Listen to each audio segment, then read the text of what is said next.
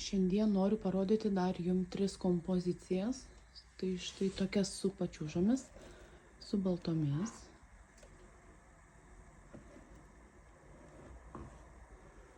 Su auksinėmis pačiūžomis. Šita gėlytė man yra labai graži. Ji yra tokia oda su tokiu sniegu.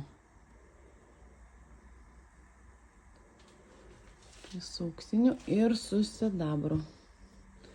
Su sidabru dažnai klausėte, kodėl nėra daugiau su sidabro kompozicija. Tai vat dabar yra padarytas pačiūžose.